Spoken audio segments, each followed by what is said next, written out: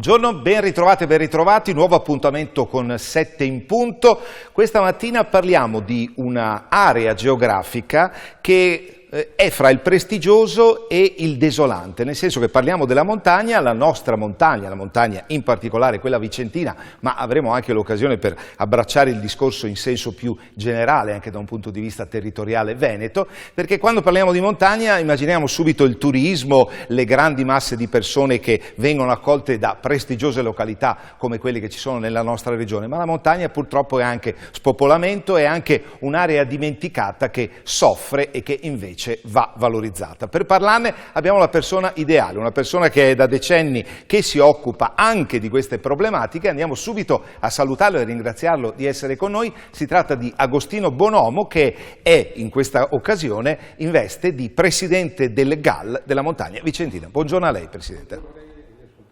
Grazie di essere con noi. Presidente, anzitutto, visto che viviamo in un paese di sigle, vogliamo ricordare che cos'è il GAL, il gruppo di azione locale, perché qualcuno pensa o a un movimento culturale o a un movimento terroristico, non è niente di tutto questo, immagino. No, culturale sì, perché sì, fa cultura sul territorio e la cultura si riferisce anche all'utilizzo delle provvidenze europee e la cultura della progettazione, che è quella che deve preservare l'ecosistema montano e non solo montano, anche della pedemontana, che è molto più fragile perché vivere e lavorare in montagna è difficile proprio perché anche il territorio e l'ecosistema è completamente diverso rispetto ad altri territori. E il gruppo di azione locale è nato nell'inizio degli anni 90, quando sono arrivati in Italia i progetti LEADER, che era la seconda edizione dei progetti LEADER, perché c'era stata una prima edizione, LEADER 1, e noi invece siamo saliti sul treno quando il treno era già partito con la seconda programmazione, per cui qui i progetti LEADER 2, poi con LEADER Plus e poi con l'evoluzione dei progetti LEADER. E sarà bene anche spiegare cosa vuol dire leader, perché leader non è capo come tutti sarebbero portati a pensare, ma è l'acronimo di una sigla francese che suona Liaison entre les actions développement des aires rurales, che sarebbe unione attorno alle azioni delle aree rurali, con un'altra attenzione. Siamo tutti portati a pensare che quando si parla di ruralità sia uguale ad agricoltura. Per la Comunità Europea non è così. La Comunità Europea ritiene che un'area sia rurale quando alla fine di un esame, che ha a che fare con tutta una serie di sistemi di misurazione, tipo la popolazione sparsa, l'indice di scolarizzazione, l'anzianità della popolazione, la quantità di servizi, se ci sono o non ci sono ospedali, case di riposo, asili nido. Ecco, quando alla fine di tutta questa analisi esce un punteggio, che poi si tramuta tutto in un algoritmo matematico, si rientra nelle aree rurali e quando la Comunità Europea decide che quell'area è rurale, tutto ciò che sussiste su quel territorio diventa rurale. Per cui l'agricoltura è rurale, ma lo è anche l'industria, il commercio, l'artigianato, il turismo, il mondo delle professioni, le banche, tutto diventa rurale. E la ruralità ha all'interno di quella che è la programmazione europea un grado di attenzione con una serie di provvidenze che vengono messe a disposizione e in questo caso si è iniziati all'inizio degli anni 90 con un sistema diverso di progettazione anche di questi PSL, venivano chiamati, un'altra sigla che è Programma di Sviluppo Locale, che metteva assieme obbligatoriamente pubblico e privato, perché nella compagine sociale dei GAL deve essere presente sia una rappresentanza della parte pubblica, per cui i comuni, le unioni montane, le università, la provincia, la Camera di Commercio, ma devono essere presenti anche le associazioni di categoria o anche soggetti privati purché rappresentativi, per cui potrebbero essere anche consorzi piuttosto che reti di impresa, piuttosto non soggetti singoli ma soggetti raggruppati come portatori di interesse. Ecco, per cui da lì si è anche cominciato un rapporto nuovo quando si è in fase di analisi e di progettazione di queste azioni, dove i due soggetti devono mettersi attorno a un tavolo e assieme portare le proprie conoscenze e progettare quello che si vuol fare nell'ambito del periodo dell'arco temporale che la Comunità Europea mette a disposizione.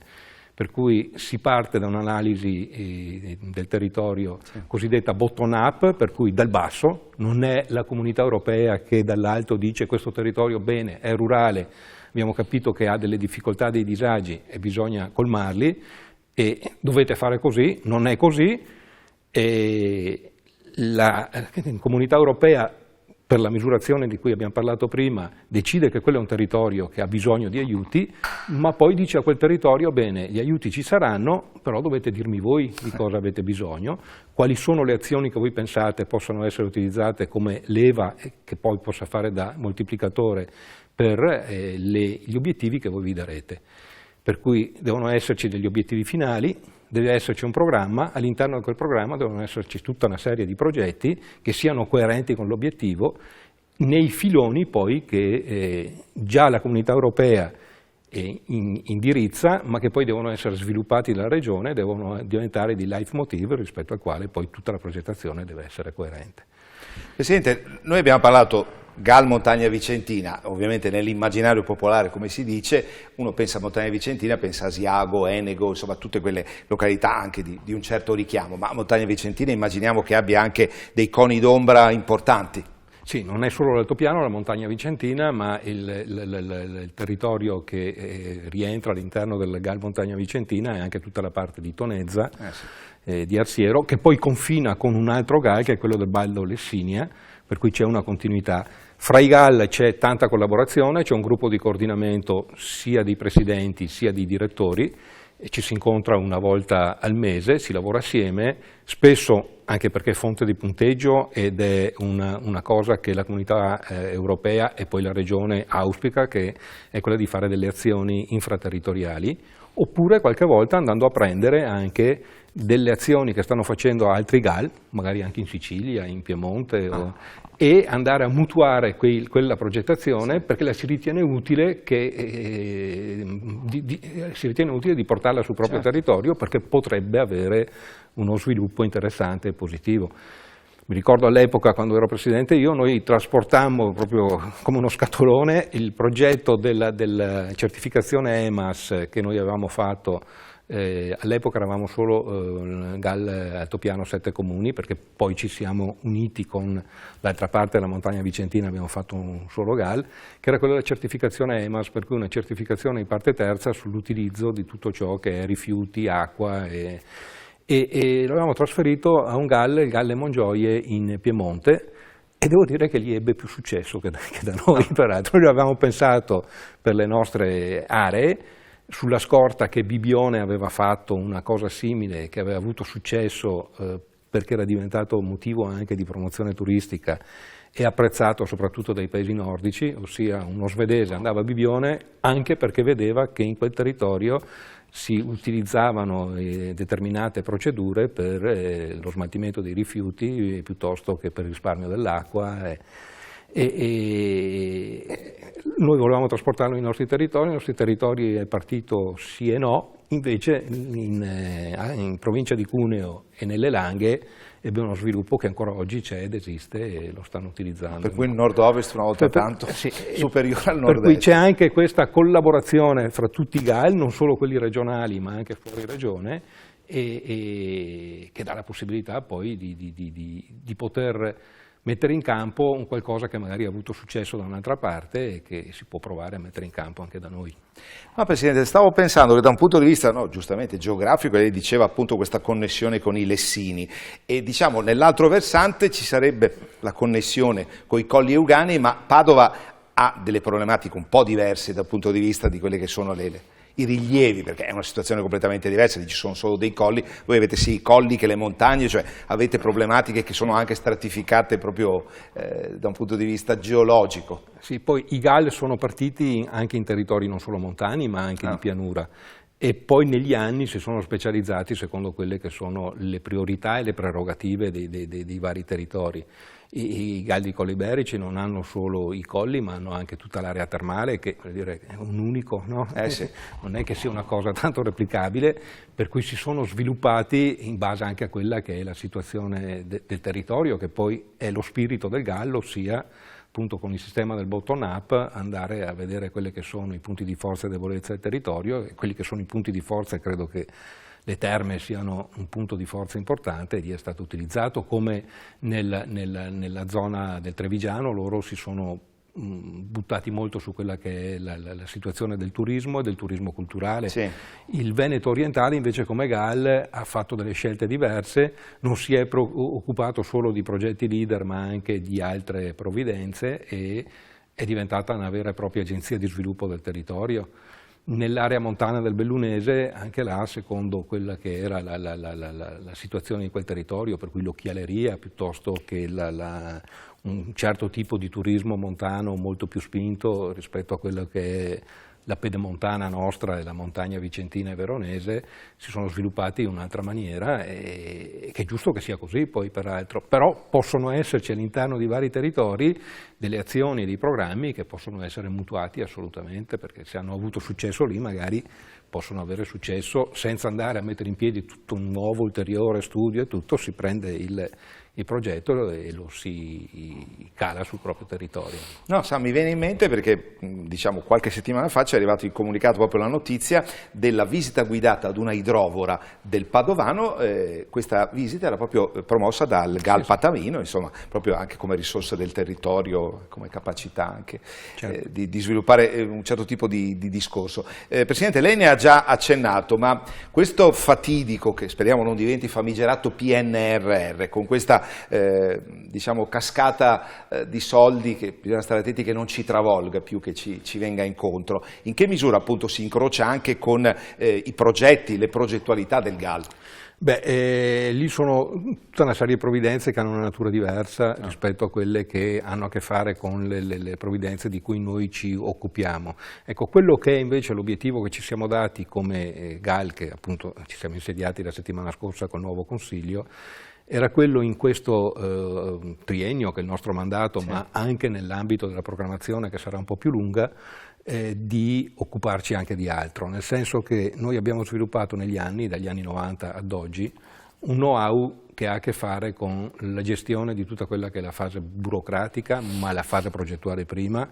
e diciamo sappiamo come si fa, mettiamola così per farci capire un po' da tutti, e sappiamo come si fa, e la conclusione alla quale siamo arrivati è che è sprecato che ci occupiamo solo di progetti leader o di FESR, ma che proprio per la grande conoscenza che abbiamo del territorio possiamo essere, e ci proponiamo per questo, essere utili alla Regione Veneto per magari veicolare, propagandare, aiutare sul territorio affinché tutte quelle progettualità che poi sono coperte da provvidenze pubbliche magari non hanno avuto successo, perché ci sono state in alcuni casi, adesso si sta tentando che ciò non avvenga, che ci sia una sovrapposizione di misure. No? Faccio un esempio, il bando macchinari e il bando energia della Regione Veneto andava a finanziare un qualcosa che anche all'interno delle provvidenze che il GAL stava gestendo erano comprese, nel senso che si potevano cambiare i macchinari e fare i lavori strutturali sugli immobili. Però stranamente la provvidenza GAL e il filone GAL è andato bruciato, nel senso che avevamo una graduatoria lunghissima, non siamo neanche riusciti, e non ha avuto successo quell'altra misura. Questo perché? Perché essendo sul territorio e occupandoci solo di quello, intanto conosciamo i soggetti che hanno una capacità di cofinanziamento, perché sì, queste sono delle provvidenze importanti, è un treno che passa, voglio dire, sul quale bisogna salire per forza, però devi cofinanziare, no? Per cui tu sai chi è il soggetto che può fare degli investimenti in quel momento e cofinanziare con risorse proprie il 60% di ciò che andrà a spendere, ma che ha anche la capacità finanziaria per coprire il 100%, perché tu la devi pagare, voglio dire, l'azione che stai portando avanti, per cui l'investimento che hai fatto lo devi pagare, lo devi rendicontare, quando sei riammesso ovviamente a contributo, e i soldi arrivano dopo. E allora chi sta sul territorio ha una capacità di conoscenza, poi si lavora appunto assieme pubblico e privato. Le associazioni di categoria conoscono le proprie imprese perché sono i loro soci e il loro patrimonio è proprio la conoscenza del loro territorio e dei loro soci. Allora è molto più facile andare anche a suonare il campanello e dire guarda che ci sono delle possibilità rispetto ai tuoi piani di sviluppo e quello che la Regione Veneto non riesce a fare, ma non per cattiveria, perché è impossibile. E allora ci sono queste strutture sul territorio, nel Veneto abbiamo accumulato, ripeto, questo know-how, siamo stati sempre fra i migliori in Italia, tanto è vero che noi siamo anche fruitori di economie che nel resto d'Italia magari non vengono spese e in quel caso la Comunità Europea premia i territori che invece hanno già raggiunto l'obiettivo e hanno graduatorie aperte e danno i soldi che nascono da queste economie, li girano a quelle regioni che sono state più virtuose, più brave, che hanno già finito i fondi. E la Regione Veneto in quell'occasione poi si comporta nella stessa maniera nei GAL, li conosce perché c'è un monitoraggio mensile, e dà ulteriori cifre da spendere ai GAL che meglio hanno performato. Ecco, per cui la Regione lo sa questo, cioè ci conosce, c'è un monitoraggio continuo e attento e l'obiettivo che ci siamo dati è quello di non rimanere all'interno di questa gabbia GAL, diciamo, leader e FESR, ma di essere utili anche alla Regione, o perché no, anche nel caso del PNRR, che poi andrà studiato bene e bisognerà capire bene come andrà a calarsi sul territorio. Quello che sappiamo è che bisogna fare in fretta e se bisogna fare in fretta io credo che noi potremmo essere i soggetti che possono accelerare determinati momenti di decisione piuttosto che di divulgazione, ma anche di accompagnamento e magari anche di aiuto a chi pensa o sta pensando di fare degli investimenti e ha bisogno di questo aiuto pubblico. No, ma guardi che l'aspetto del know-how, insomma, tradotto magari per chi non ha dimestichezza, insomma, le conoscenze, le capacità, anche la capacità burocratica di intercettare i finanziamenti, perché adesso le problematiche che sta ponendo questo fiume di soldi del PNRR è che non si riesce a diciamo così, sfruttarne in pieno le potenzialità. Cioè, come lei diceva, siete anche una macchina che è preparata ad affrontare determinate situazioni che sono poi fondamentali e cruciali per, insomma, siete un gruppo di azione locale che non è i 4 boy scout che si ritrovano per dire sì dai, diamo un'occhiata a quello che succede dalle nostre parti, adesso siete diventati una macchina importante, poi anche il coordinamento. Lei parlava delle associazioni di categoria, lei Presidente è stato una figura leader di Confartigianato, diciamo anche l'esperienza crediamo a livello di associazioni di categoria, è importante anche per capire proprio le dinamiche che intercorrono tra le diverse realtà. Sì, poi in questo territorio questo lo dicono anche i numeri, le associazioni di categoria sono estremamente vivaci, cioè non dappertutto, non in tutte le regioni le associazioni di categoria sono tanto così presenti con degli indici di associazionismo che arrivano al 70-l'80% delle imprese presenti sul territorio, per cui non solo sono rappresentative, ma all'interno hanno gli uffici studi che ogni giorno fanno la radiografia, voglio dire, come in ospedale, si sa la mattina e la sera se c'è la febbre o no, perché questo è quello che deve fare un'associazione di categoria che è così presente sul territorio, ha anche le risorse proprio per i numeri che ha per poterlo fare, per cui diventa anche un punto in cui si può andare a studiare avendo tutta una serie di dati che danno la possibilità di avere la radiografia e la vera consistenza del territorio. Poi abbiamo Unioncamere che sicuramente ha tutta una serie di dati che vengono messi in correlazione e si riesce ad avere quella che è lo stato di salute o meno, insomma, del territorio. E poi la conoscenza delle imprese, questo sicuramente è un valore aggiunto. Avere un associazionismo imprenditoriale importante sul territorio è un valore aggiunto per il territorio, perché uno conta uno, ma messi assieme si vede quella che è la realtà. E io faccio sempre l'esempio del condominio, no? È inutile che io in un condominio abbia l'appartamento più bello con il miglior arredamento, con i pavimenti più lussuosi, se quel condominio viene giù, no? E allora l'associazionismo fa in maniera di cercare di fare un'analisi intanto di tutto il condominio e poi di fare in maniera che tutti gli appartamenti siano dignitosi, che non ce ne sia uno solo. No, ma Presidente, lei con la sua esperienza e anche come veneto ha notato una crescita della regione da questo punto di vista, soprattutto negli ultimi 20-30 anni? Direi di sì. È la grande soddisfazione che ho avuto rientrando nel GAL, perché è mia abitudine quando esco da qualsiasi cosa dove sono stato leader o meno, ma anche consigliere, di non occuparmene più, nel senso che sono a disposizione nel caso in cui mi chiamino H24 e per 365 giorni all'anno, ma se non mi chiamano, voglio dire, non è che vado. Certo. Per cui al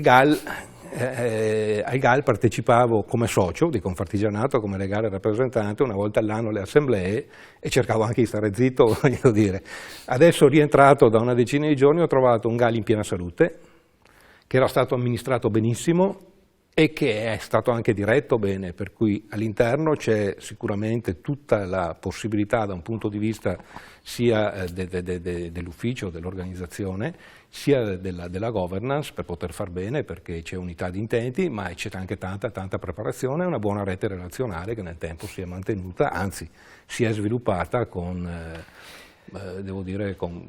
un'ottima qualità. Diciamo che ha trovato le condizioni ideali che chiunque di noi vorrebbe trovare ogni volta, per dirle anche da un giorno all'altro in cui diciamo, torna nel luogo di lavoro.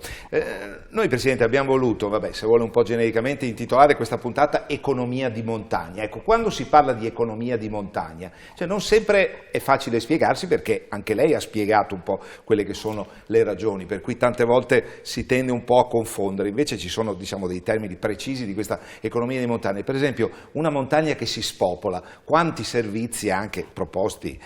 a livello nazionale o locale ci mostrano dei borghi dove sono rimasti i 4 nonni, le 2 zie, insomma, in cui i giovani non si fermano più. È un problema grande anche quello. È un problema grande ed è uno proprio degli argomenti che abbiamo scritto nella manifestazione di interessi che andremo a portare in regione in queste ore, e dove, su indicazione anche della regione, ma sempre anche della Comunità Europea, quello che noi dobbiamo fare con queste provvidenze è andare a limitare lo spopolamento della montagna. Perché il calo demografico ormai credo che sia non solo opinione comune, ma scientificamente provato che è il problema dell'Italia, a mio avviso. Bene, e allora nelle zone in cui lo spopolamento era cominciato prima, non solo per calo demografico, ma perché ovviamente la qualità di quel territorio non era così attrattiva per i giovani, che magari andavano via a studiare o che andavano via a cercare lavoro e non sono più tornati, ma non solo, quello che a me preoccupa di più, era quello che dicevo anche da presidente di Confartigianato, non era tanto i giovani che vanno via, perché i giovani che vanno via ma arrivano a fare un'esperienza, il problema è che non tornano, ma che soprattutto non siamo noi attrattivi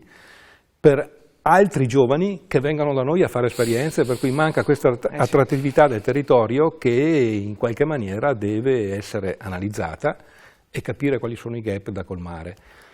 Perché per quanto riguarda la denatalità, lì basta, secondo me, mettere in campo dei servizi importanti, perché non è che sono decisioni delle famiglie non facciamo figli. E non è neanche, come si diceva negli anni 70, che la donna deve andare a lavorare perché deve realizzarsi. Nella famiglia bisogna lavorare tutti, se no non si arriva a fine mese. Poi la realizzazione arriva, ma non è una decisione, io non faccio figli perché voglio lavorare, non faccio figli perché devo lavorare, altrimenti non arrivo a fine mese e non trovo sul territorio dei servizi che possono darmi una mano per gestire la mia famiglia in maniera dignitosa. E allora questi sono investimenti che devono essere fatti magari impopolari, ma a lungo termine, per cui asili nido piuttosto che dei centri di comunità dove far crescere in maniera adeguata i figli, che non siano per strada, che abbiano una giusta educazione e che riescano a fare collimare la conciliazione fra i tempi della famiglia, i tempi del lavoro, i tempi dell'educazione. Abbiamo la fortuna di avere in consiglio anche un insegnante, credo che sia anche vicepreside dell'Istituto Professionale di Asiago, che ci ha raccontato già nel primo consiglio la preoccupazione che loro hanno, che è quella che anno dopo anno vedono che nelle prime classi stanno sempre calando di più gli iscritti. Io che ho fatto anche attività di dirigente delle società sportive, mi sono reso conto che quando tu salti una categoria te la porti avanti fino alla prima squadra piuttosto che al soggetto da portare alle Olimpiadi. Se tu non hai ragazzini all'avviamento, poi non li avrai nei baby, nei cuccioli, nei ragazzi, negli allievi, negli juniores e nelle prime squadre di federazione. E sta cosa qui si ripropone anche con la scuola, per cui si cominciano a ridurre le classi, si cominciano a chiudere classi, e lì arriva una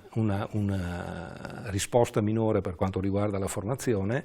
e quando un territorio non investe nella formazione dei giovani ha imboccato la strada del declino, Sì, sì. che poi no, è come lo stagno che ha i fior di loto, no? Ce n'è uno, poi due, poi la notte dopo sono 4, dopo 8, per cui inizialmente non te ne accorgi, ma poi dalla mattina alla sera ti trovi tutto lo stagno col fior di loto,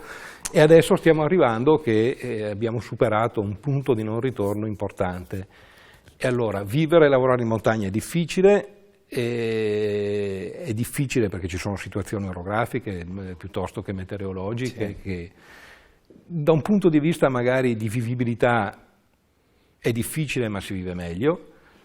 E non in tutto il territorio della montagna vicentina c'è il fenomeno del turismo, e bisognerà portarlo, perché quello è sicuramente una leva che può essere utilizzata e che può fare da moltiplicatore di benefici per far restare i giovani sul territorio. Io vedo ad Asiago, da quando è nato 30 anni fa l'Istituto Alberghiero, non solo è migliorata la qualità della ristorazione, dell'accoglienza e dell'hotellerie, ma si sono fatti grandi investimenti anche su questo filone turistico ricettivo e della ristorazione. È un vettore. Vuol dire che la scuola ha creato i presupposti affinché ci siano anche imprenditori che poi vadano ad investire. E l'altro tema invece di cui dovremmo occuparci è anche della gestione della terza età, perché se da una parte non ci sono giovani, dall'altra c'è la popolazione che invecchia, e anche qui bisogna creare delle situazioni di invecchiamento dignitoso, perché un territorio si misura come attrattività anche su queste cose, anche sui servizi che si riesce a dare a tutte le stagioni della vita, e se no si spopola. Sì. Ovviamente. Diciamo che l'analisi che lei ha fatto è un'analisi, diciamo, socio-economica estremamente reale e realistica, insomma, davanti agli occhi di tutti, la montagna, poi ne so. Sa, mi viene in mente, io vengo da una zona di pianura estrema del Veneto, che adesso si sta spopolando, la zona che confina con la Lombardia, con l'Emilia, insomma l'estremità della provincia di Rovigo, proprio più meridionali, non diciamo il Polesine, quello di Adria e Porto Tolle, la parte opposta. E anche lì proprio ci sono condizioni anche economiche, ma per progettualità non realizzate, diciamo, a monte, tornando indietro i decenni, per cui adesso è come avere un'area depressa. Mi vengono a parlare di certe aree della Basilicata, se vai in certe aree del Polesine non è che ci sia molta diversità, insomma, no. Lei mi ha illustrato anche una situazione di montagna, e tante volte vedendo resoconti di aree di montagna dico: guardate che ci sono anche aree non di montagna che vivono, ed è pazzesco, perché questa urbanizzazione, questa tendenza a centralizzare nelle grosse realtà urbane, cioè, secondo lei ha una finalità preziosa e importante o... Ma vede, l'Italia deve essere popolata in ugual misura, per cui si devono creare i presupposti affinché anche questi territori continuino a vivere in maniera autonoma e con i giusti servizi su tutti i territori, perché poi se no si arriva anche ai degradi che abbiamo visto negli ultimi anni con il mutamento climatico, perché il territorio va custodito, voglio dire, per cui anche le città possono soffrire se fuori dalla cintura della città non c'è un'adeguata custodia del territorio e un adeguato mantenimento di tutto il territorio, perché se si spopola poi non si fa pulizia, non si tiene il territorio vivo, e il degrado poi arriva quando arrivano le inondazioni piuttosto che altre sciagure, insomma. Per cui bisogna avere un'attenzione su tutto, e su questo mi stupì ancora 25 anni fa, la Comunità Europea, che senza mai essere stata sui nostri territori, con questi indicatori della popolazione sparsa, piuttosto che dell'indice di scolarizzazione, piuttosto che dell'anzianità della popolazione, lo aveva fotografato bene il territorio, perché se andiamo a vedere l'obiettivo 5B, che ormai ha 35 anni, diceva già queste cose 35 anni 35 anni fa. E diceva che il Polesine, visto che ne ha parlato lei, piuttosto che l'area montana, piuttosto che all'interno di province ricche come Vicenza, alcuni territori, no, potevano andare incontro a momenti di grave difficoltà, non solo economica ma anche sociale, perché per gli indici che loro avevano messo in campo e che avevano studiato e che avevano sviluppato, quel territorio aveva queste debolezze, queste fragilità. Presidente, speriamo fra 35 anni non dover parlare delle stesse cose. Vabbè, insomma, 35 anni... Non sarò io il Presidente del GANI. Forse chi ne parla non sarà più in questo ruolo. Sente, è stato come al solito sempre molto piacevole. Agostino Bonomo è una figura molto conosciuta, insomma, nelle nostre realtà, anche per l'esperienza che ha. Presidente, ci dobbiamo purtroppo fermare. L'augurio è che magari, diciamo in futuro, magari con prospettive, speriamo, un po' più incoraggianti, si possa parlare anche grazie all'azione di realtà come il GAL, di cui lei è diventato da pochissimo Presidente. Per cui buon lavoro ad Agostino Bonomo, da poco eletto Presidente del GAL Montagna Vicentina. Buon lavoro e a presto. Grazie anche per questo invito. Grazie a voi per averci seguito. 7 in punto torna come di consueto nei prossimi giorni. Intanto buona giornata a tutti e arrivederci.